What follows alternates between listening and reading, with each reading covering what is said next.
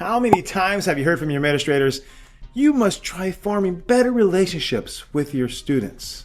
You must learn to form relationships. Man, every time I hear that statement, I just cringe to think the fact that some administrators actually think that is the solution to all of our problems. The reality is, how are we supposed to form a relationship with Johnny when we can't even get Johnny to sit down during the class period? Or how to form a relationship with Susie when Susie's talking, and for every minute of the class she's talking, even when we're up in front of the class, she's still talking. How are we supposed to form a relationship with these students when there's so much chaos going on? Relationships are not formed by completing a worksheet together or doing an icebreaker. I mean, let's be honest, those icebreakers rarely go the way we hope they're going to go.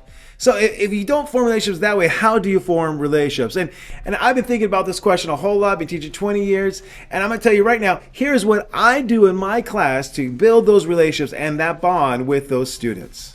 First, you need to form a safe space where relationships can start to be built.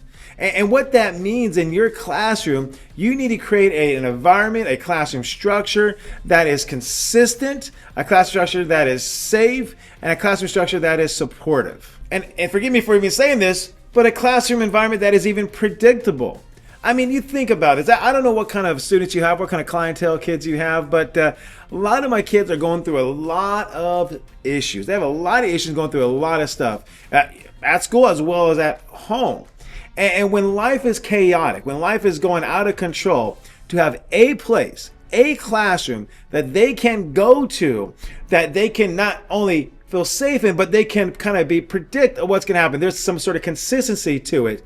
Even though, I'm telling you, even though sometimes students may complain, oh, this is boring or something else, the reality is they crave that consistency. They crave that structure. I mean, we all kind of crave that, right?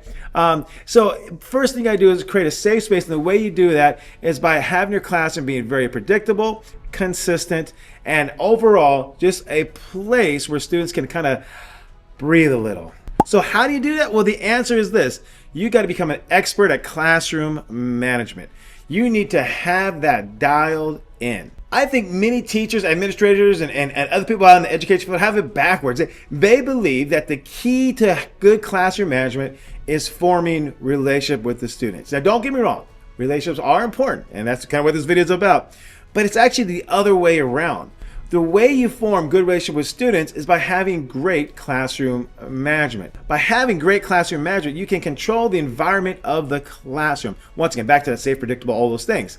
And once you have that down, once you have that on lock and you have that environment for students, then at that point in time, you can take it to the next level where students will actually start to open up a little bit to you. And once you have that classroom management down, that's the game changer right there. Because once you have that safe environment, everything we're talking about, like consistency, all that, once you have that down, that is when you find that you're able to take it to the next level, that students can finally feel comfortable enough to kind of let down their guard. And at that point in time, you'll find the next thing that's going to happen in order to build relationships, and that is shared experiences. Think about this, for example. If you are dating, I mean, definitely don't take this out of context, right? But if you are dating, you're dating somebody, the first thing you do, you got to create an environment where they feel safe around you, right? So if you're on a date with somebody, they have to feel safe enough with you to kind of open up a little bit, safe enough with you to kind of let down the guard and the wall somewhat, safe enough with you to actually kind of enjoy being with you, but also to start sharing, here we go, shared experiences with you. And you think about it, and I think about my own family, and I cherish my family. And the reason my family is close is because we have many shared experiences. From vacations, from holidays, from just everyday life together as a family, me, my wife, my 3 kids, we've shared those experiences together. And so when we sit around the table, or even when they get older and we sit around reminiscing, it's going to be over the shared experiences. So those shared experiences in your classroom is, I mean, if you're lucky enough to take a trip somewhere, that's great. But it doesn't have to be like that. Going back to that consistency thing, a shared experience in your classroom could be something as simple as, hey, we take notes on Tuesdays, all right? Maybe it's Tuesdays notes days. And it is nothing elaborate, nothing even really exciting. But once you have that safe feeling going on, that environment going on, and then you start introducing hey, I'm not sure the word is right word, rituals, I guess we'll call it, but shared experiences, you start building upon that.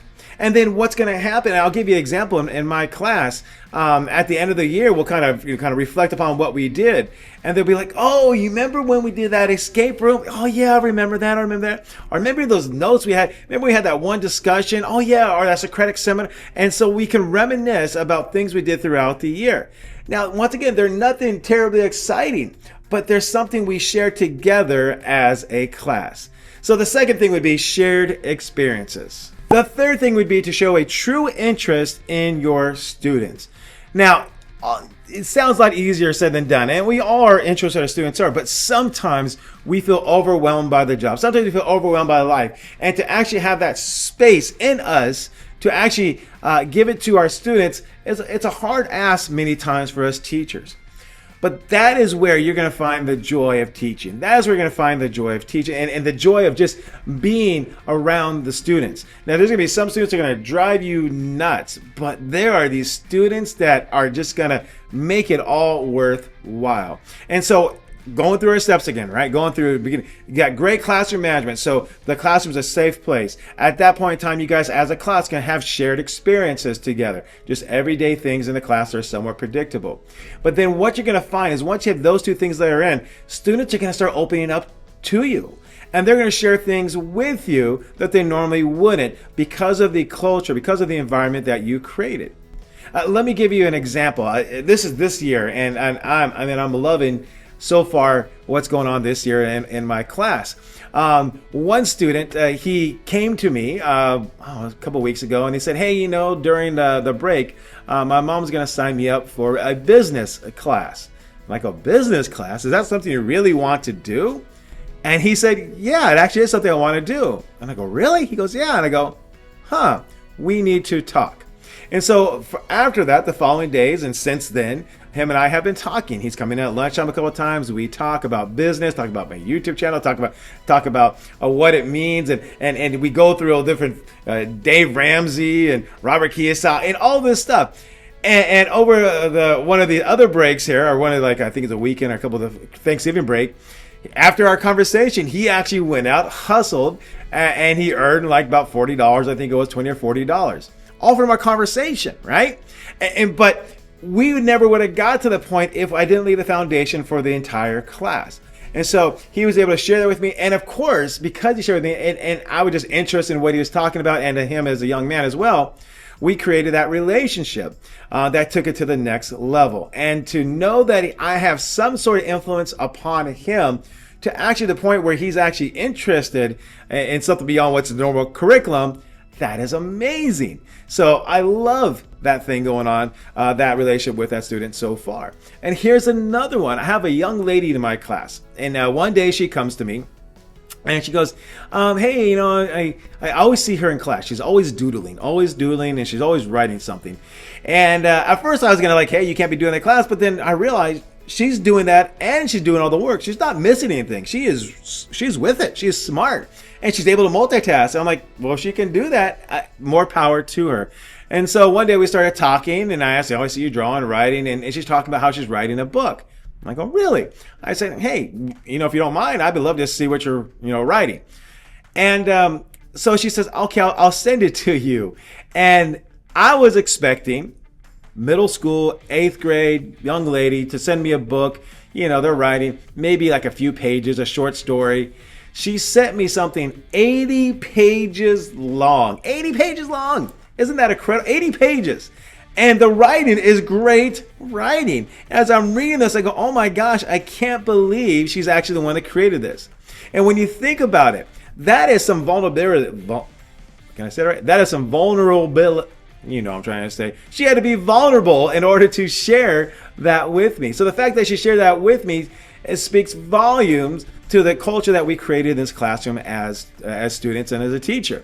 So with all that said, keep that in mind, that when you're trying to create these relationships, it is a classroom management that eventually leads to the relationships. And then when you have those shared experiences, you find students really start opening up. And when they do this, show that interest in them, and you're going to have a classroom that you're happy to come to every day.